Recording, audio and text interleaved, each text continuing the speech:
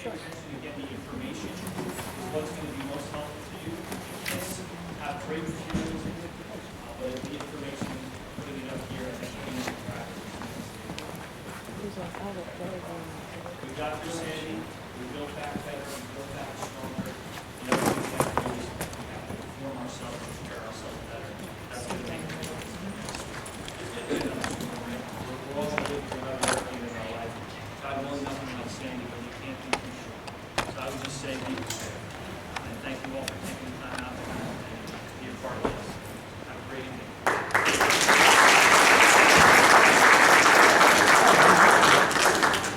Thank you guys so much. We're going to get started now, and I'm going to introduce Lieutenant Linda, the CEO of the National Guard.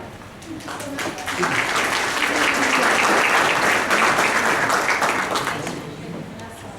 So once again, I just want to thank everybody for taking the time out of their day to be here. Hopefully, you can see we got at least one piece of information that we can find beneficial. So I'm Lieutenant Linda. I've lived in New York my entire life, and I belong to a medical company located upstate New York, and actually the Hurricane City, that company is actually to provide medical care to the residents of the metropolitan area. So if we didn't have enough time, we're going to talk about emergency preparedness today, what we can do for ourselves and our families when a disaster strikes. Here are our course objectives. We're going to talk about the different kinds of disasters that we might see, how to better prepare, respond, and recover from such a disaster, and how we can sustain ourselves and our families throughout an emergency. Is anyone having a hard time hearing this? I'll speak up a little bit. Just a quick look at our course agenda. Part 1 is the biggest part of our program, only really because it's that important. Senator talked about how important preparing is, right? So part 1 is the biggest part. We're actually going to skip through the break because part 2 is just another 5 or 10 minutes. And then if you could hold your questions till the end, we have an excellent panel here to answer your questions. So in 2014, Governor Cuomo gave the State of State address, basically saying, after Hurricane Sandy, assessing the way we as New Yorkers responded to the emergency, they figured maybe with a little bit of information, with some education, there are things that we can learn how to do for ourselves. We can learn what to stock up on, how to make plans, etc. Because we know during such a large-scale emergency like what happened, it's going to take some time for emergency responders to reach everybody that's calling 911, reach everybody who's stuck in their house, and so on. So instead of us freaking out and when are they going to get here? This person's hurt, etc. Maybe there are things that we can do on our part, be a little bit proactive, that will make that wait time for us a little bit better. So here are the disasters we're going to talk about today: natural, man-made, and technological. A natural disaster, of course, being anything that occurs in nature. We do our best to predict the weather, and we do a fairly decent job at predicting weather. But if something's going to come our way, something's going to hit us, there is absolutely nothing we can do to stop it or change its course or anything like that. So here's a list of things that we might be looking at. Some of the things on this list we may never see living in New York. We may never see a tsunami. We might never see a landslide. But there are things that we see on a very regular basis living where we live. We have extreme weather, we have snowstorms, we get floods,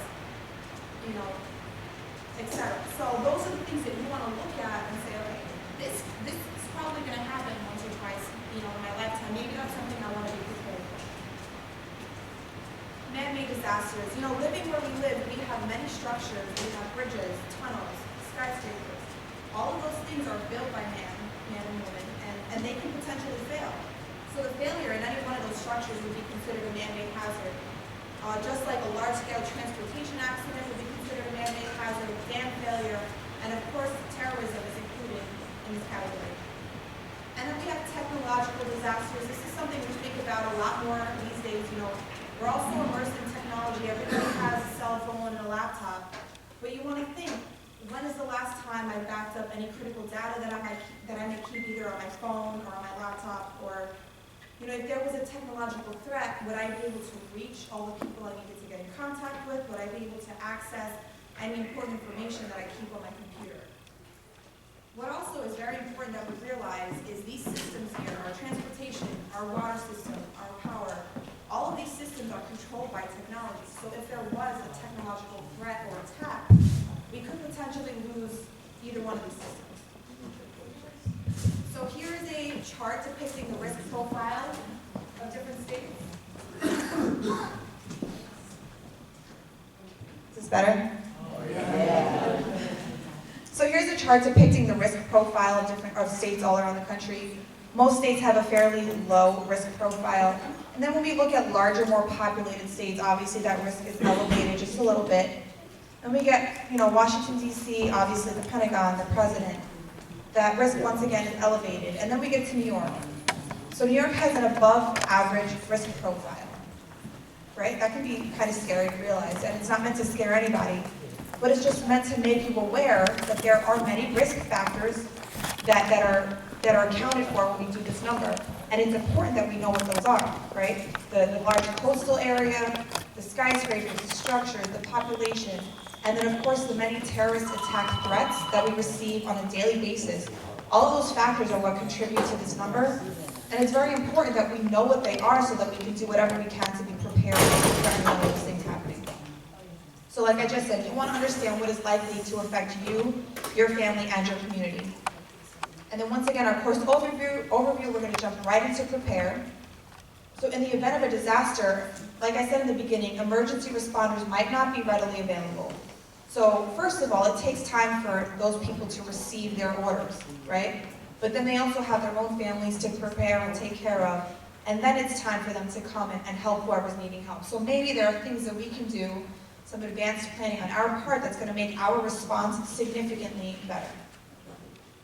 So we like to take 3 simple steps. We want to develop a family emergency plan. We want to stock up on emergency supplies. And we want to be aware at all times before, during, as well as after an emergency.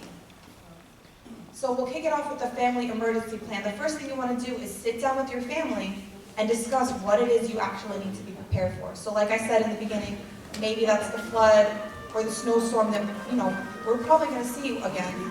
Or maybe it's even as common as a house fire. House fires happen anywhere, they can happen any time of day. Those are very common disasters that happen. So maybe that's the first thing that you want to have a plan for. Then we suggest picking 2 places to meet outside of the house. And these places would be, everybody in the family will know this is where we meet each other in case for whatever reason we can't meet at home. So let's say, for example, there was a small house fire. Maybe, your family decides that the pizza spot 2 blocks down is your designated place to meet, right? So we can't meet at home because there was a fire. We know we meet here. The reason why we suggest a second place, preferably farther outside the neighborhood, is let's say, for example, there was a flood. That flood most likely will affect a larger part of the neighborhood. Maybe that pizza spot is affected as well, right? So that's why we suggest having a second place farther outside the neighborhood where everybody knows this is where we meet in case for whatever reason we can't meet each other out. Then we want to develop an emergency communication plan. So we suggest having a point of contact, either a family friend or a relative that lives outside of the neighborhood. And this is the person that you would get in touch with if you couldn't get in touch with each other. So for example, my mom and I, we have my aunt upstate in New Paltz, and I would call her and say, this emergency just happened. I don't know where mom is. Tell her, I'm going to be at the pizza spot if you hear from her because I can't get a hold of her. That way somebody kind of can always keep tabs on the family and help out, if necessary. They can even alert authorities if somebody was hurt, etc. Of course, we want to be familiar with any escape routes that we would take, and then we want to take care of our pets as well. I'm going to talk a little bit more about what you can do for your pets, but I just want to let you know it's really important that you take your pets with you. First of all, they're a part of your family, and we all love our pets. But second of all, it's very important that we realize if you leave your pet at home and there is an emergency responders will risk their lives for your pet. So we don't need to put any other lives at risk. Plan beforehand and make plans for your pet. You can even bring them to shelters. So the next part in our planning is you want to consider any organizations that either we or our family members are a part of. Schools, workplaces, care centers, etc. All of these organizations will have their own emergency plan and evacuation plan. So it's very important that we know what they are so we can incorporate them into our plan. For example, if I have a kid and my kid goes to school, If there's an evacuation notice, the school's going to evacuate your kid. All schools have evacuation plans. If me as a parent if I don't know what that plan is, I'm gonna go to school thinking, all right, I have to pick up my child, but then I show up to school and they're not there, right? So we wanna consider all of those other emergency plans into our family emergency plan. And then I mentioned the importance of being aware. There are many resources available that will provide information and tools to help you in your planning and preparation. Local CERT teams, community-based organizations, Salvation Army, the American Red Cross, all of these organizations have tons of resources and tools to help you in your planning. New York Alert, so this is more about keeping updated. New York Alert is a free state service. It's a free mobile app that you can keep on your cell phone, and this is an excellent tool. You receive weather updates, flood warnings, Amber Alerts. What's even great about this is you can customize the app to fit whatever your needs are. So you can say, I want to receive traffic alerts. Then you're going to receive traffic alerts. Although, I don't know if that's a good idea because you're going to get a lot of them. But even if you, like I visit New Paltz on a fairly regular basis, I can customize the app to receive information about that area as well. So this is a great tool to use. Some counties in New York have warning sirens. If you have a warning siren in your neighborhood, it's a good idea to know what it sounds like. If this thing starts going off one day and you don't know what it means, then it's not really doing its job. So maybe you can ask to get it tested, etc., but you want to be aware if there is a warning siren in your neighborhood. We also have the emergency alert system or the emergency broadcast system. So this is that super annoying thing that interrupts your daily television show. You're just trying to get your 30 minutes of peace at the end of the day. But this is a great tool. When you see this scrolling along your screen, you know that the system put in place to alert you of an emergency is actually working. And it is a very updated, it always has the latest information, so this is a great tool as well. There's also a NOAA radio. This is a commercially available radio, so you do have to pay a small fee for it. However, it does have its benefits. If there was an emergency or a natural disaster and you lost electricity, this thing does not need to be plugged into a wall. It's either battery or crank operated, so you can count on this thing to work when you need it. And it also has a snooze capability, so you can put it on snooze. It does not have to interrupt your daily life, but if there's something you need to be aware of, it's going to wake up, it's going to let you know that there is an emergency. And then we have the wireless emergency alerts. So this is a capability that your cell phone provider would have, and it's very similar to New York Alert, where you'll receive the weather updates and the flood warnings and the Amber Alerts.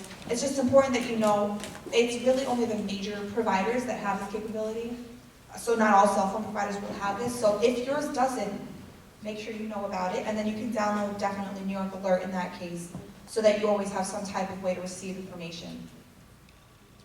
And then here is our circle of life, our little family circle of life here. You know, we take care of our family, and that is absolutely the number one most important thing. But there are things that we can do to reach out to our neighborhood, to our community, and help out people that might need a little bit, might not be able to take care of themselves fully. If we have a neighbor who is a single parent, right, maybe there are things that we can do for them, or maybe we have neighbors with somebody who has special needs. There are things that we can do for anybody in our community, so it's really great to reach out and help out. So let's talk about preparing our home for a disaster. We don't want to have any clutter, right? If anyone has a room that looks like this top picture here, that's bad luck, right? It's like hoarders. It's a fire hazard, it's a safety hazard. If we get a flood, your stuff's going to get damaged. If there's a fire, it's fuel to the fire.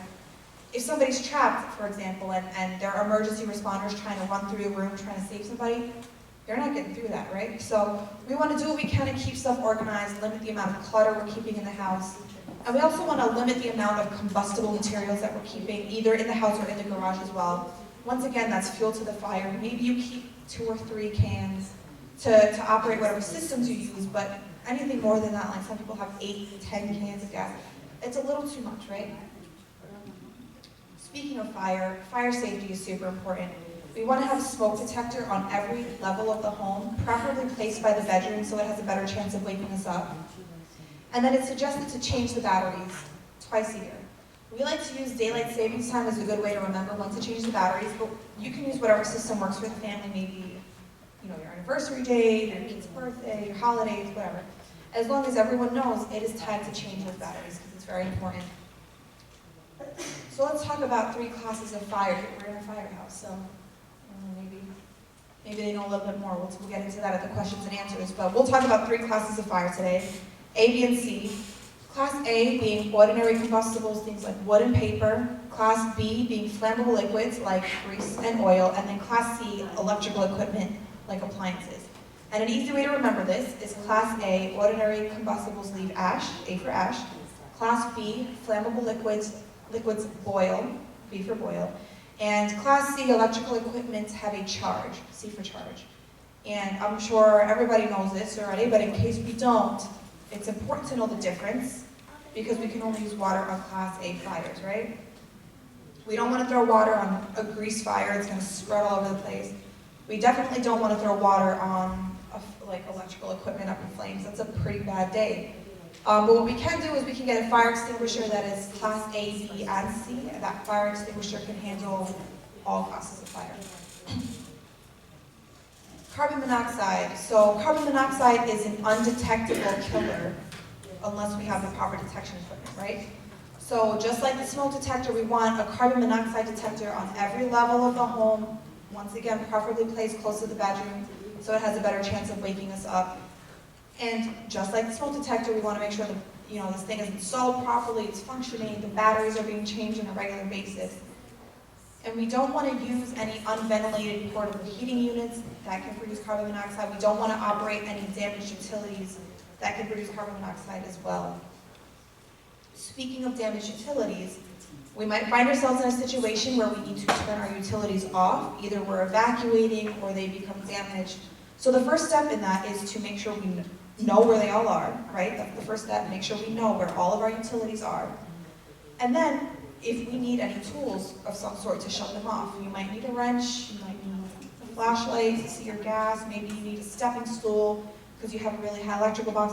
Whatever the case is, you want to have anything that you might need readily available near that location so that if you have to rush out, because it's an emergency and you need to shut off your damaged water system, you have that wrench ready to go. You don't have to, oh man, I didn't realize I needed this, and you're rushing out and it's crazy.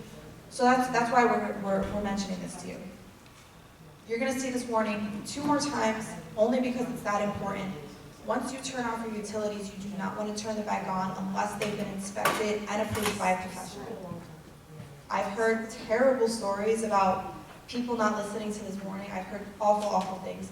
So pay the couple of bucks to get a professional to inspect your systems and to prevent any further damage that you could that could happen to your house if you don't listen to this.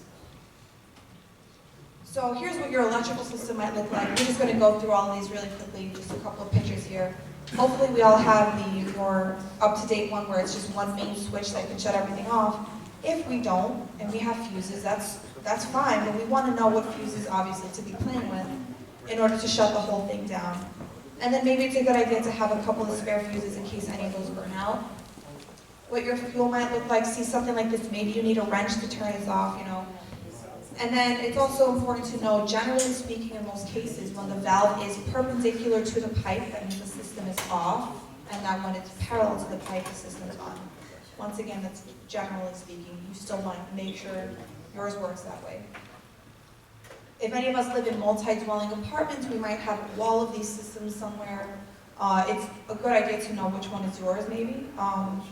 Usually it's the job of the super or the landlord to turn all of this off, but what if an emergency happens and they're not there?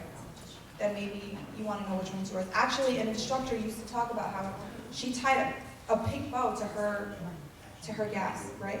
So if you don't like pink, maybe use blue or something, but we want, just stressing the importance of knowing where your systems are. Once again, our fuel, maybe a flashlight here, and our water supply. So here we can see the valve is parallel to the pipe, so now we know that the system's on here. And then again, for you, that warning, once we turn our utilities off, we don't want to turn them back on unless they've been inspected and approved by a professional. So let's touch on homeowners or renters insurance. This is important, right? We're talking about our money, our valuables.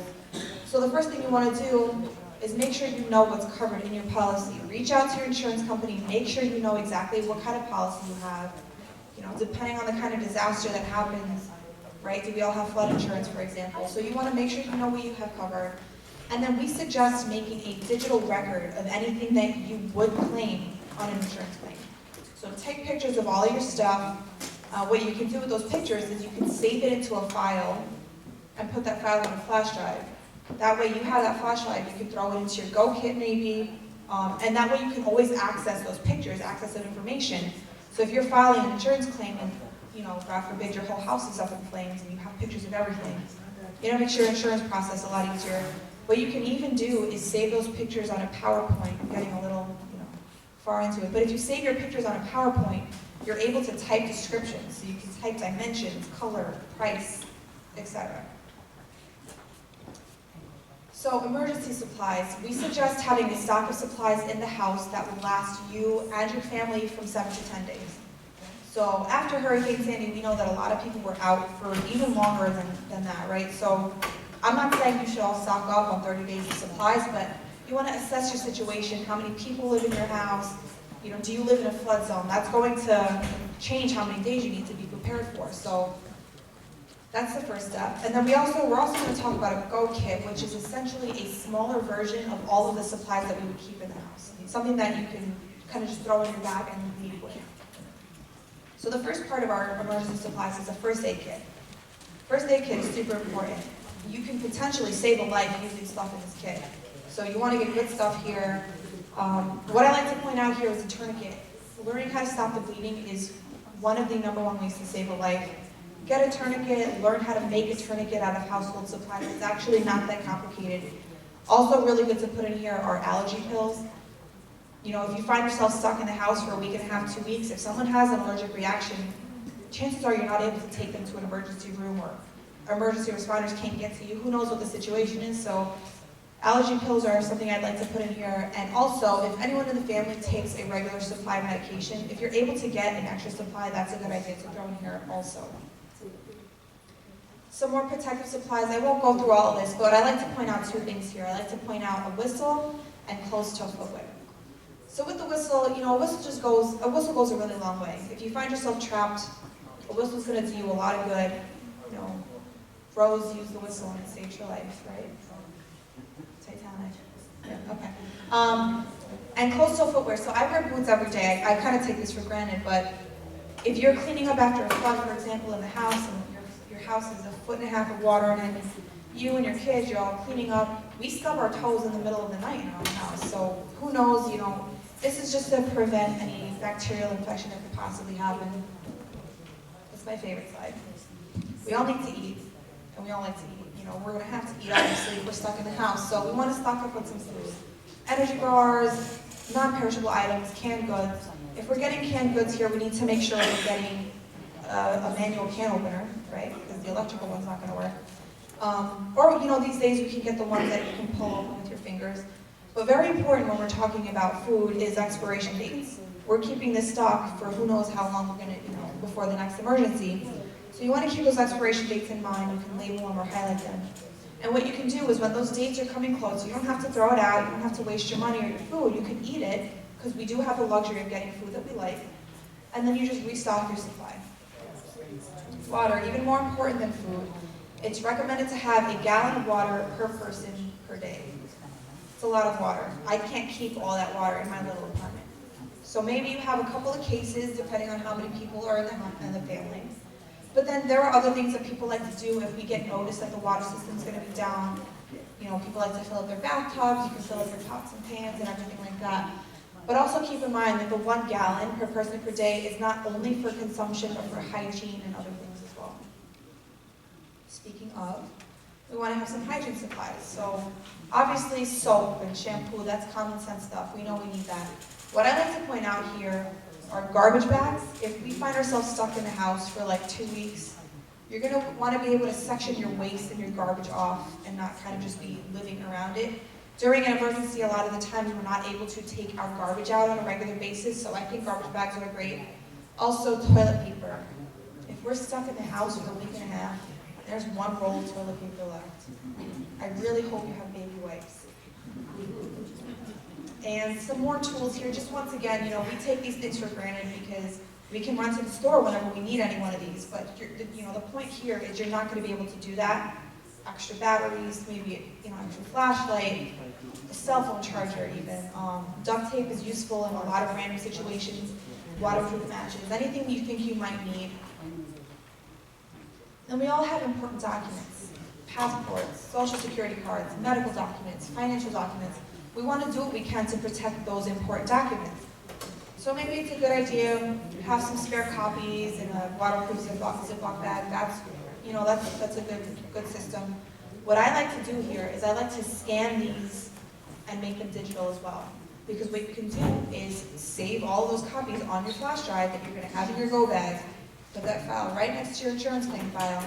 That way, if you're evacuating and you, for whatever reason, need to access a medical document, you have that copy.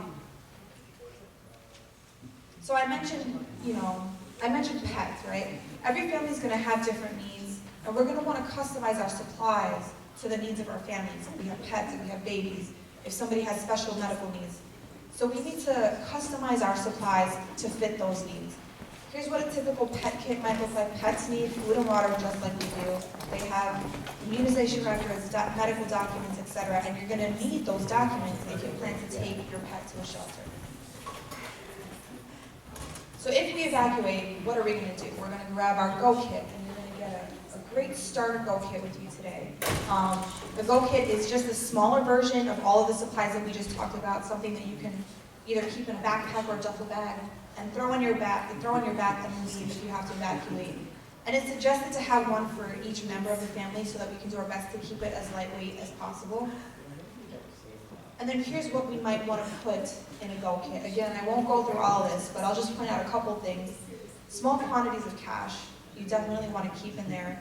Get you from point A to point B, maybe get some food on the way, gas, etc. Small quantities of cash is definitely a good idea. If anyone wears glasses, get a spare pair of glasses and throw them in there. If anyone's taking medication, if you can get an extra supply, throw that in there also. Change of clothes, food and water, cell phone charger maybe, and just some of those little things like that. And then I mentioned this when we talked about food, but our suggested best practice is we want to keep our expiration dates in mind, and when those dates come close, we just want to replenish our stock to maintain freshness.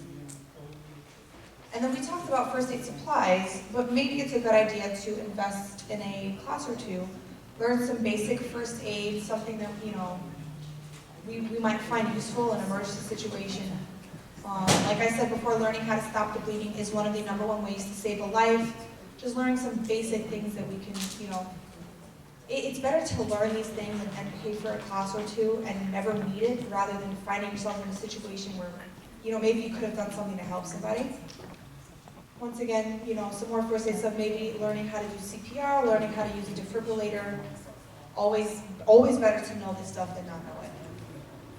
We're almost done, hang tight with me. Almost there, and then we'll get to your questions shortly. So once a disaster strikes, you're the first responder. There are no professionals there. There are no emergency responders there. It's you. You're the one making the decisions. So we can either shelter in place, meaning stay at home, or we can evacuate. And then, of course, depending on the type of emergency that happens is going to dictate which of those options we choose, right? And then, of course, we want to make sure we're keeping our ears open for the updates that are out there, etc. So if we have the time, we want to maybe check on our neighbors, do what we can. Maybe that single parent can use a little bit of help at this moment. And then we want to make sure that any generators or space heaters that we're using in the house are well ventilated so that we're not producing carbon monoxide in the house. Let somebody know where you are. So that's the point of contact that we talked about earlier. I'm going to call my Aunt Sally upstate. I'm going to say, hey, we just got this huge snowstorm. We're stuck at home.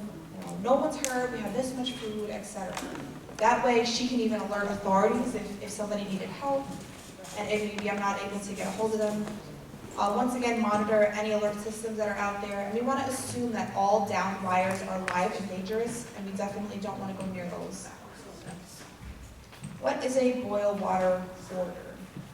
So sometimes during a natural disaster, a water system can become damaged, in which case the water will become infected, and we wouldn't obviously want to drink that water. So if there is a boil water order, we would want to follow these steps here to make sure our water is clean to consume. So we want to strain the water, let it boil for a minimum of 2 minutes.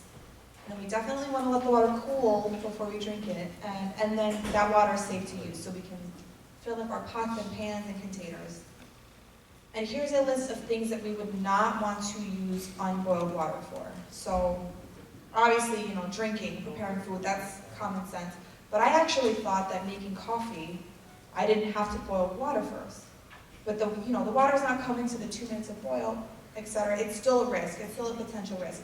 So definitely when one of these orders is put out, we want to play it safe, boil our water, make sure that we're using clean, good water.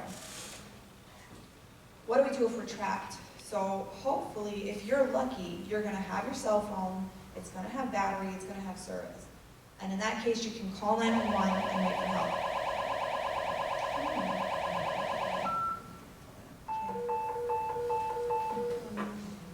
Hopefully that's something serious. Chances are you will not be that lucky. So what we can do, there are things that we can do for ourselves, is make some noise, right? We can tap on things, metal on metal goes a long way. If we have that whistle, it's a great time to use it. But we don't want to yell and scream for as loud and as long as we can. We're going to exhaust ourselves, we're going to dehydrate ourselves, and we're probably going to panic ourselves even more than we're already panicked. So try to make some noise if you can, and sit tight. Emergency responders will be roaming looking for anyone who's missing.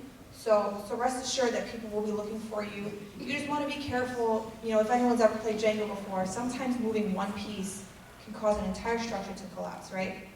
So if we think we're going to move things, if you're even a little bit unsure of whether or not you can move whatever's trapping you without making matters worse, don't touch it. Do not touch it, because you can definitely make matters worse. What if someone else is trapped? If you're there and someone else is trapped, hopefully at this point you are able to call 911, and then you just want to follow those same steps. If that person can free themselves without you physically getting involved, let them do that. But you want to try to not physically put yourself in that situation. You can potentially get yourself stuck as well. One victim is better than two. And what you're doing by standing there with that person is you are a lot easier to spot for emergency responders, right? You'll be able to guide emergency responders to the person who's trapped. So we talked about sheltering in place. We're going to talk about evacuation. Once again, if you have the time, you want to check on your neighbors, maybe, the family with, special needs or whatever the case is. Maybe you can do something for those people. And then if you do have the time, you want to maybe do some things for the home, right? Shut everything off, lock doors, board up, even if you think that's necessary. Shut your utilities off. And we like to suggest placing a note on the door saying that you left the house. I get a lot of faces when I say this. I don't mean a big poster saying the Wiedebaums have left, come on in and take whatever you want. Maybe just a little index card, you could put it on the door frame, the side door frame, just saying, the Wiedebaums have left, gone upstate to Aunt Sally's house. This way, if emergency responders are looking for you, they know you're not there. They don't have to use those precious minutes looking for people who are not home, and maybe they can use those, that precious time saving somebody who actually needs it. Chances are, if someone's trying to raid your house and you're not there, they see that, if they get close enough to see the note, they probably know you're not home anyway. But if you're not comfortable with it, of course, you don't have to do it. If you evacuate, of course, we're going to take our go kits, which at this point are going to be fully stocked, easily identified, and we definitely want to let somebody know where we're going and when we've got there. That's our point of contact again. So, hey, we just got evacuated, this is where I'm going, this is the route I'm taking, and I'm going to let you know when I get there. Once again, just so somebody always has tabs on where you and the family are. And we don't want to return home until authorities have let us know it is safe to do so, and that is when the recovery phase begins. Finally, using that point of contact one more time, let them know that you've returned home. And then we want to check our home for any structural damage that might have occurred before we even step a foot inside.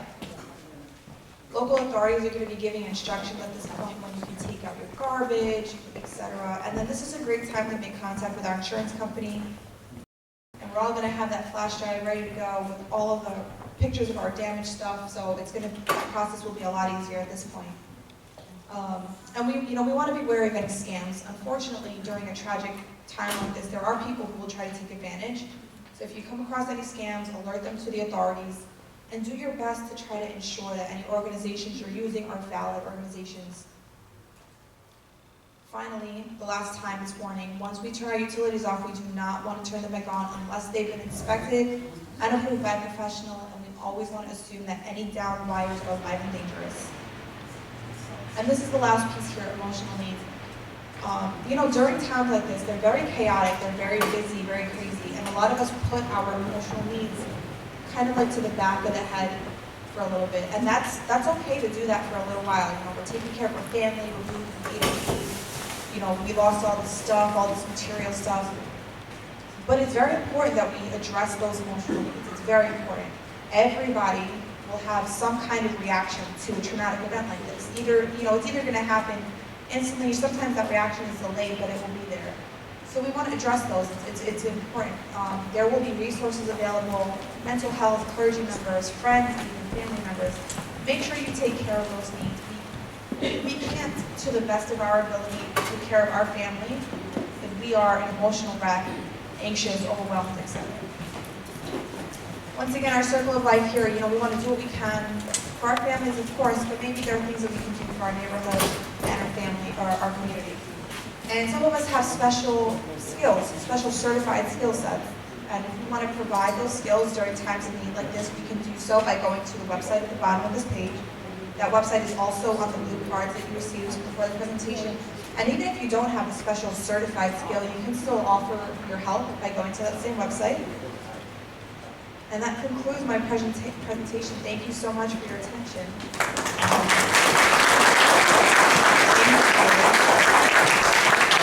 We're now going to open up the panel for your questions. One thing I'll say really quickly is if anyone wants to bring this presentation to another organization they're a part of, you can come see myself or Lieutenant Alvarez and give us your contact information. We are free, accommodate any day of the week, any time of day. So thank you very much. Let's have another applause for our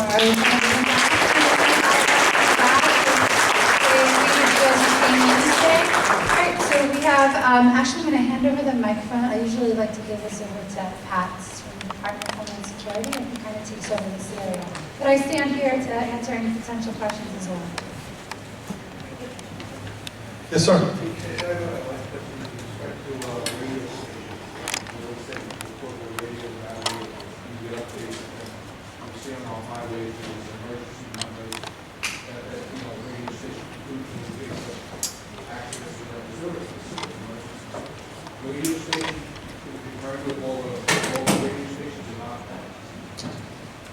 Well, if all the local stations are knocked out, probably everything else is knocked out too.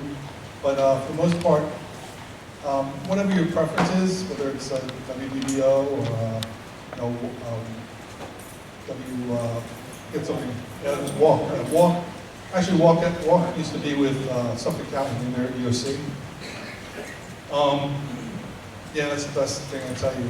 If you don't have a radio, then I mean, if the radio stations are knocked out, then it would probably be a bigger problem. And at that point, what would probably happen is the police would go around with a megaphone directing you how to get information. If it's really bad like that, what we're probably going to do is we're going to set up community centers and direct people.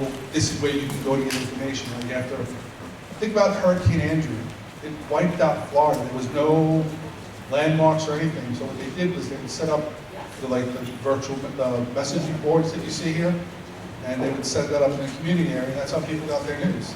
They would go there and either read bulletins or get their news off of one of those types of electronic machines. In a really, really big disaster. That's how we try to get information out. Any other questions? Yes, ma'am. Upon evacuation, and you don't have time to work the home up, are you supposed to keep the windows open or closed? Open or closed on the windows for hurricanes. Well, I didn't get the question. Windows open. If you have to leave your home and you don't have time to board your windows up, you want to leave your windows open or closed on a hurricane. I believe now you can leave them closed. I think that changed. It used to be open, but new homes nowadays are so hermetically sealed. I actually went through Hurricane Charlie back in Florida in 2005, and I can tell you that leaving your windows open is not good. I almost took my roof off. Right. I don't believe that's true. But I can double check for you.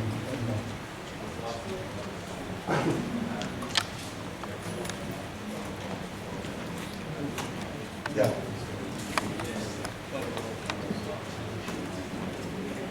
Leave your windows closed according to the weather channel. I'm sorry. Leave your windows closed according to the weather channel. I thought they did switch it. Yeah, they said leave your windows closed. Yes, sir. I mean, I'm sorry.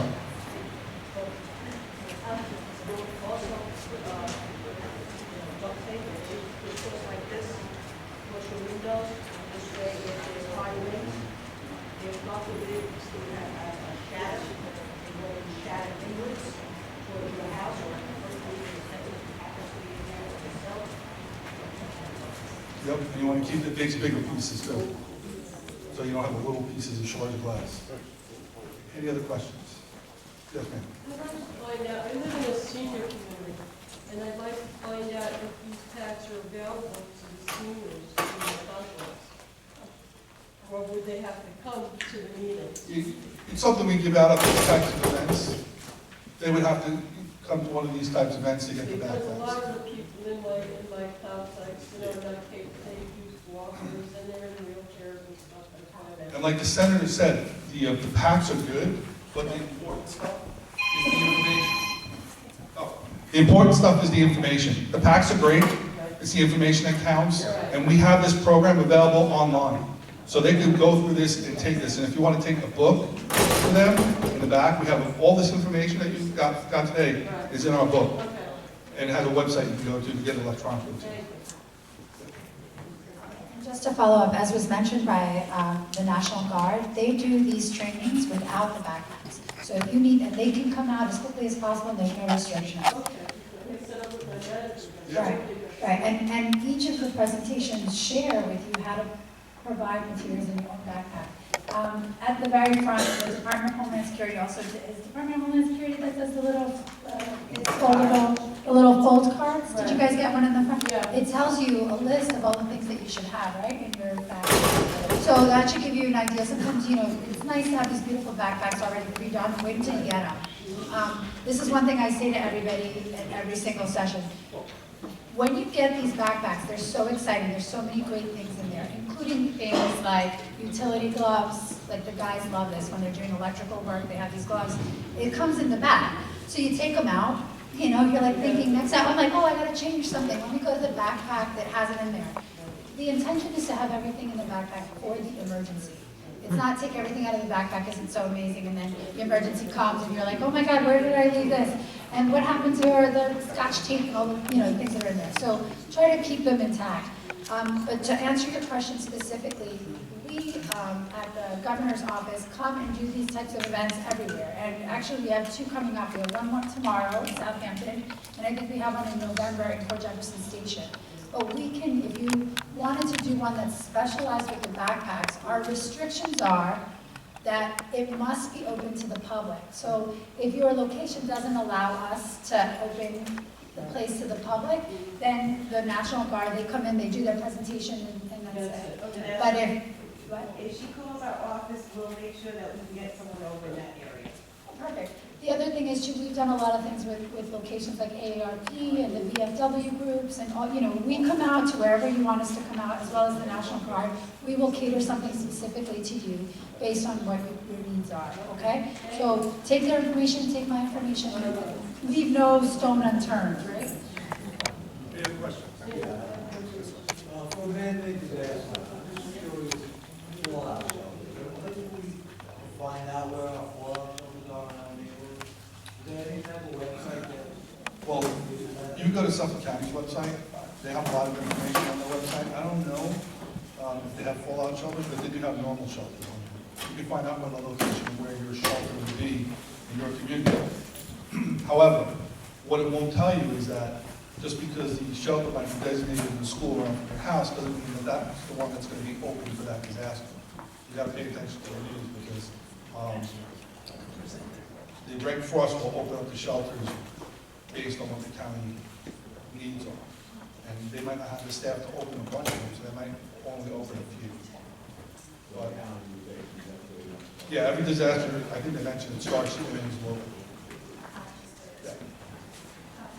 just to add to that about shelters, please don't wait till the last second to find out where your local shelter is or one that you like. Because one of the biggest issues is that we don't want to go to a shelter that we don't know where it is or we don't like it.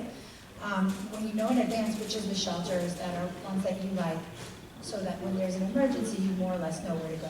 Especially if you have pets. This is one where we have, people get very frustrated. They want to go to the shelter, they want to bring their pet with them.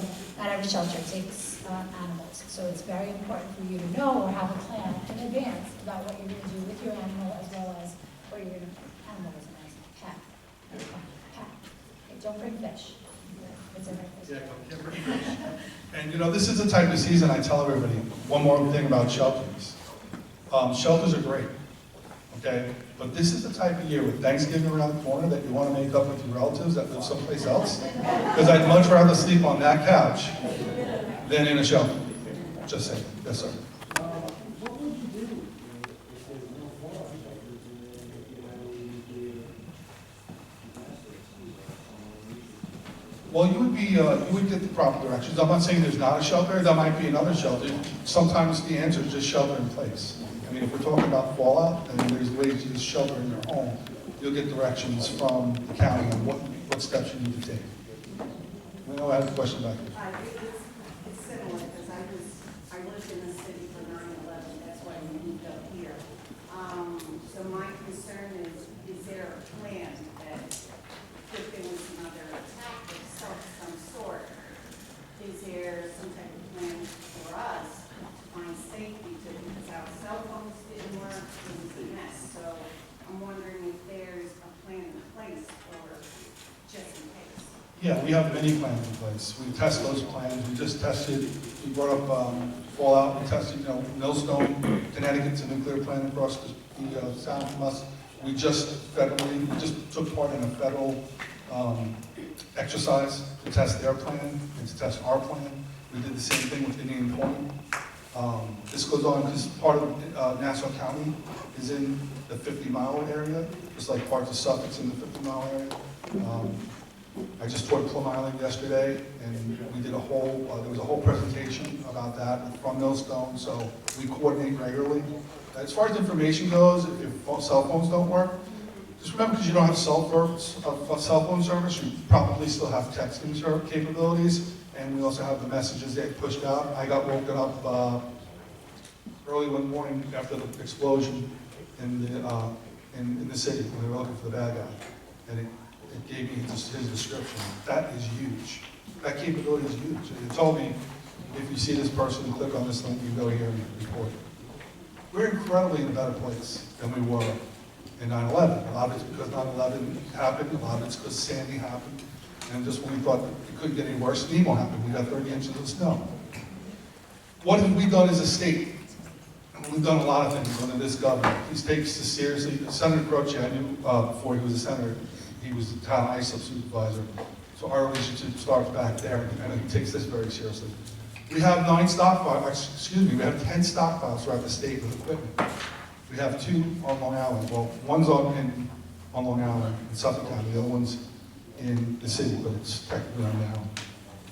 And what we can do is, like for Hurricane Hermine, we jockey down equipment that we think we're going to need, and we place it there.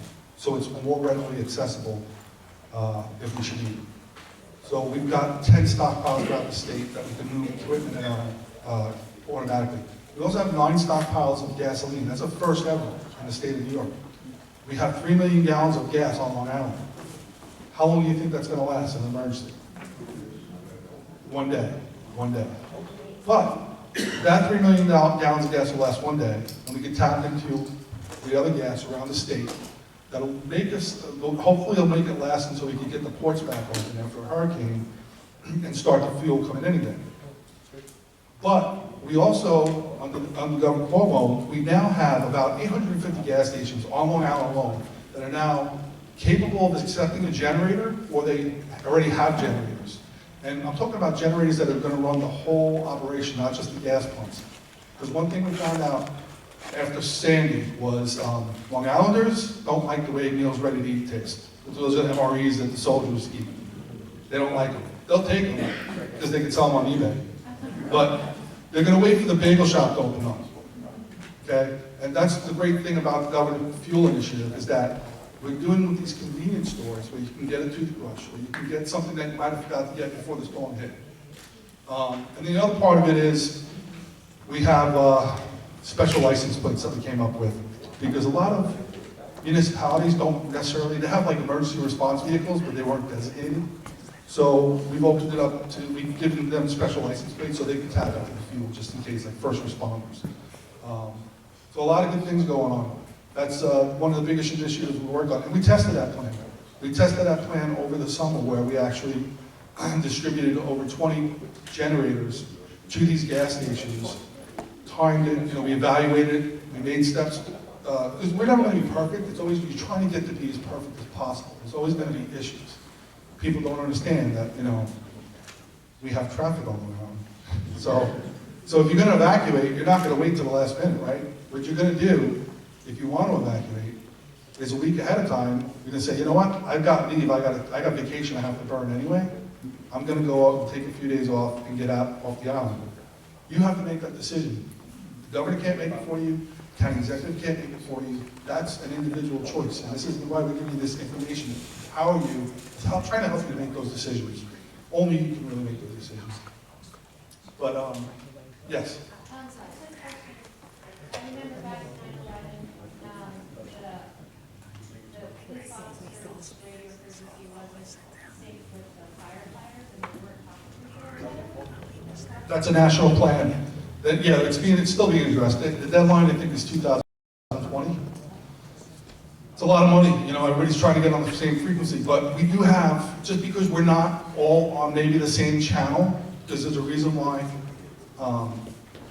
police may not necessarily want other individuals having access to their radios, and it happened during this last event in the city. The police had to go dark on the radio because they were being monitored. Well, what if the bad guy's listening to you? And now he's got a cell phone device. And now he's going to wait till you get close, and then he's going to call it and set it off. So there's a reason why they don't want everybody to have access. In those situations, we can connect those, we can patch. So we may not have the same radio as the fire guy, but we have communications guys that connect you, can connect you. Good answer. Sorry, this is just an overall point from what was brought up before. There's two things that we should be considered about. One is to have patience with the process, right? People get very upset when we close our roads, or the schools get closed down, where it's like, oh my God, you closed everything down, there wasn't even a snowflake on the road, there wasn't any rain, it wasn't as bad as we expected.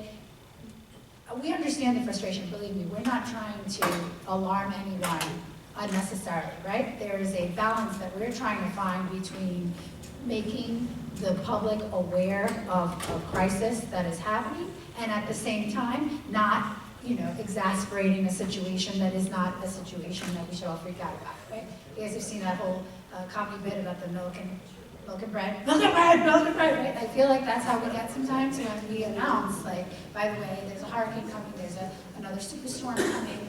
So we have to have some accountability over being able to be patient with the process while we're trying to figure it out. The other part is, please be informed. There's things like New York alerts that we brought up here, and I know that the county has already kind of worked with that, but the county also has their own alert system. I forget what it is here. Code Red, right. Please sign up for that. That's when you get like those messages, those emails, those things on the phone. Sometimes I think they even do Amber alerts on some of those things. This is a way for you to, we're worried about a superstorm Sandy, but you're also worried about 9/11 or biological warfare or anything at this point, a shooting at a school. Like, we all really need to be a little bit more in tune with how to access the emergency people and telling us the information, okay? So patience with us as we are going through this process to be as efficient as possible, but at the same time, please do your part to be as informed as possible. Yeah. Can you tell me approximate number of natural that would be immediately available for Coast Guard, I wouldn't know, because Coast Guard's different than National Guard or New York Guard. I don't have the numbers offhand, but if you see me, I think I have the information available. Just so you know, every year, the Guard comes down and meets with all of the counties. And I I'm the director for Long Island, so I go with them to Nassau and to Suffolk. And the guard goes through their plan with the county and says, all right, if you need help, this is how many people we can get you in this amount of time. But we gotta understand that there's gonna be a little bit of a gap. You know, everybody on the island, we're pretty much self-sufficient for like 72 hours. The guard can get people here within that time frame to help us. I can't give you exact numbers, it fluctuates a little bit. But to their credits, both counties have done a great job getting equipment through the state program. You see these, there's a lot of talk about the military vehicles that the fire and the police have. But they're special vehicles, they're made to go into high water and snow, so they're really a great asset for us. We had trouble with ports, during the last storm, because we didn't have fuel, we had port problems. Yeah, the ports have to be cleared, that was the city. Yeah. Well, they're very available, that's what they work on. As soon as it's safe for them to do it, that's what they're going in. They're the ones that evaluate the ports. But again, because we now have gas stations with generators, and we have the ability to get the fuel out, because after Sandy, they had plenty of fuel, they just didn't have power to get it out. I don't envision that and really being a big problem. With all the fuel that we have stockpiled throughout the state, I think that's going to help us get through the first 72 hours to 96 hours. I think we're going to be okay. And then hopefully by that time the ports will be open and we'll start our fuel again. Yes, fine.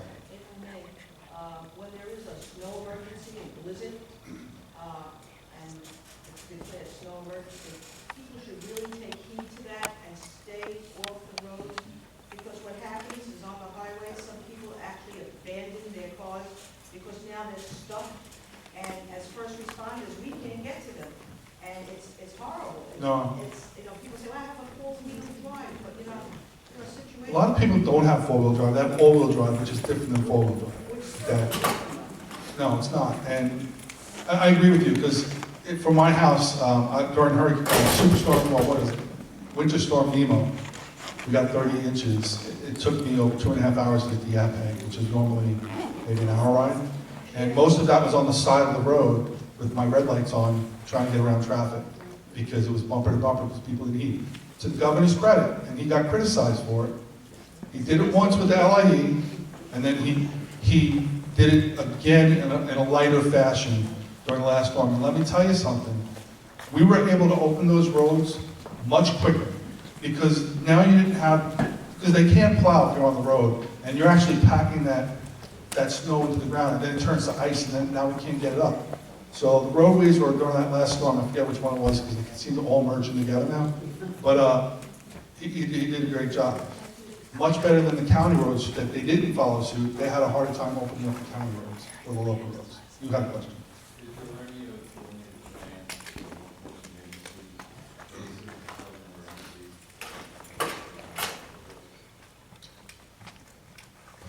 You talk about reverse contraflow, like they did. Yeah.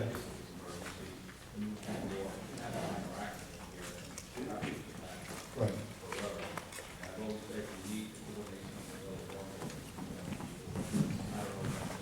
Well, down south, like, I don't know if you've been watching Matthew, and I was stationed in Charleston with the Navy. I-26 runs up away from Charleston. They actually changed the direction, and instead of going to the east, everybody was going west to get out of there. They do that on a normal basis in the south. Not so much of it.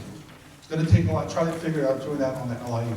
They don't have the resources to close the exits. I mean, and the resources they would have to close the exits, you need those dump trucks for other things. So.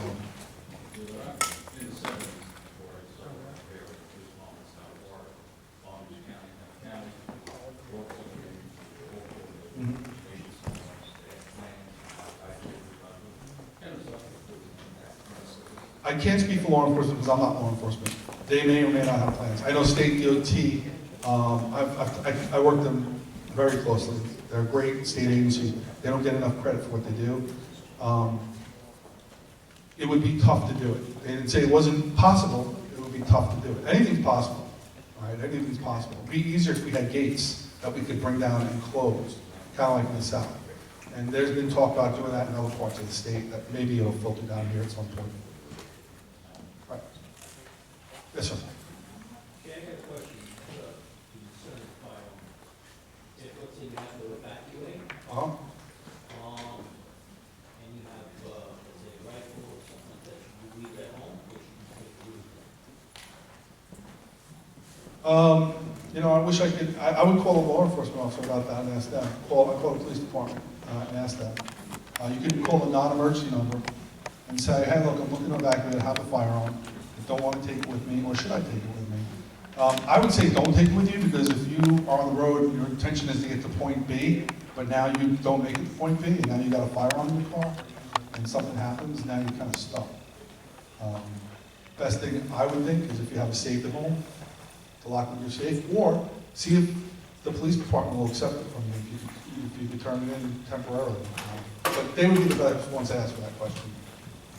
You know, one other thing we have available that we didn't have before is what we call New York Response. It's part of the governor's storm initiative. And so every county now is linked together, whereas we weren't in the past.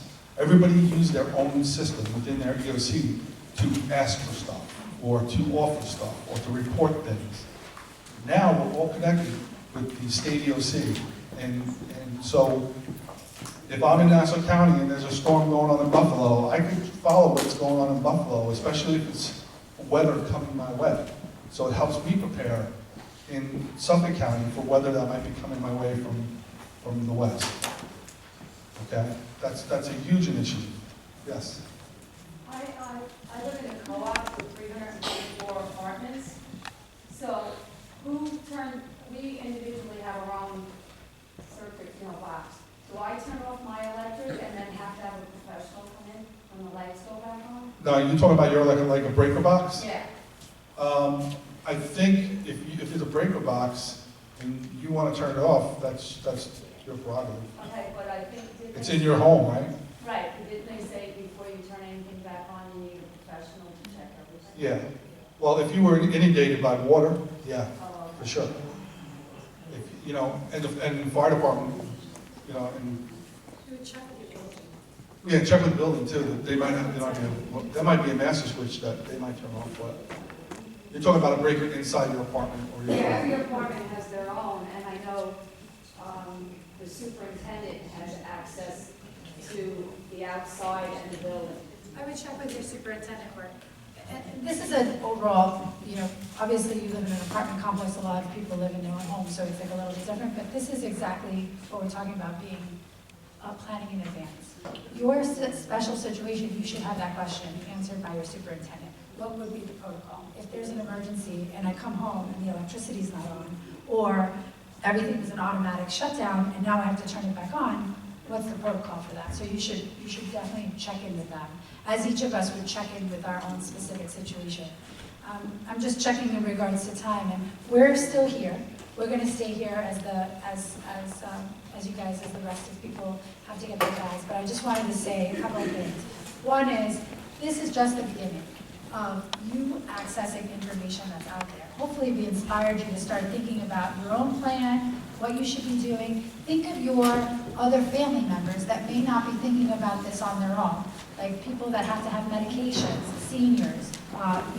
What's our youth doing?